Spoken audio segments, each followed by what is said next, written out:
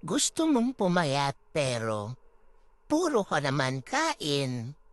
Kain, kain, kain. Kapag stress, kain.